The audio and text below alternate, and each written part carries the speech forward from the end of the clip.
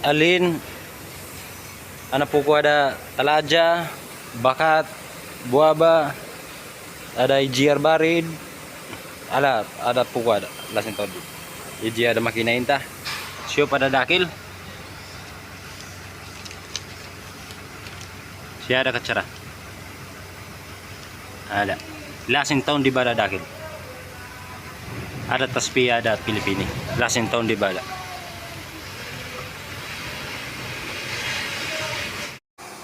Tunod tayo ng ano. PMS tayo ng Camry. Mga bagong modelo 2021. Nilinis ko ang ano dito. Grabing carbon to dito. Nilinis ko yan. Ayan. Ito siguraduhin talaga tong o-ring to. May o-ring to dito. Kaya pag hindi nakabit tong o-ring na to, yan, sisingaw yan. Hindi talaga titino ang sasakyan. Palyado talaga siya. Ang problema nito, palyado.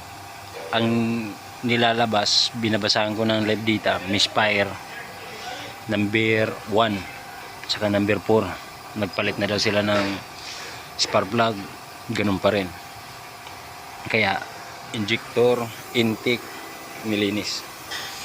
At saka itong EGR nya, yan, linis yan.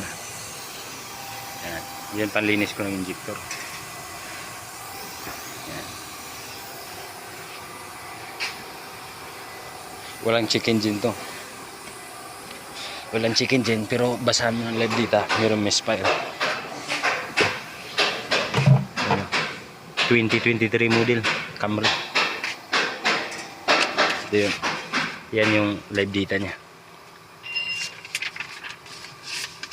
Nilalabas. Yan o. Number 4. Meron siyang 2 count. Number 1. Meron siyang 6 count. Ito number 2, number 3. Okay. 0-0. Grabe lang yung carbon talaga sa loob. Lagi talaga to pag umabot na ng 100,000 mahigit yung takbo, kailangan mo talaga linisin. PMS.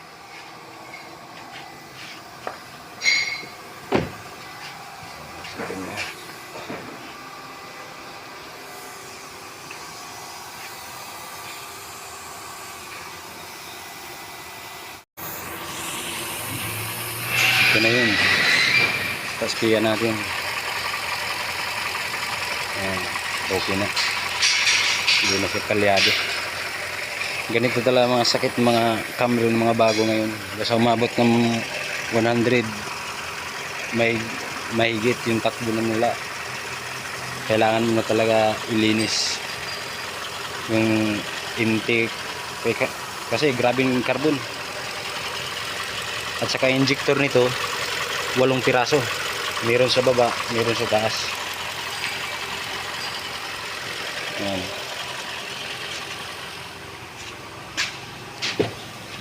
Tapos yung dating ano, yan, binasahan ko din ng live data. Ito yung una, yung pumunta siya dito na palyado. Yung misfire niya, number 1, may 6 siyang count. Tapos yung number 4, meron siyang 2.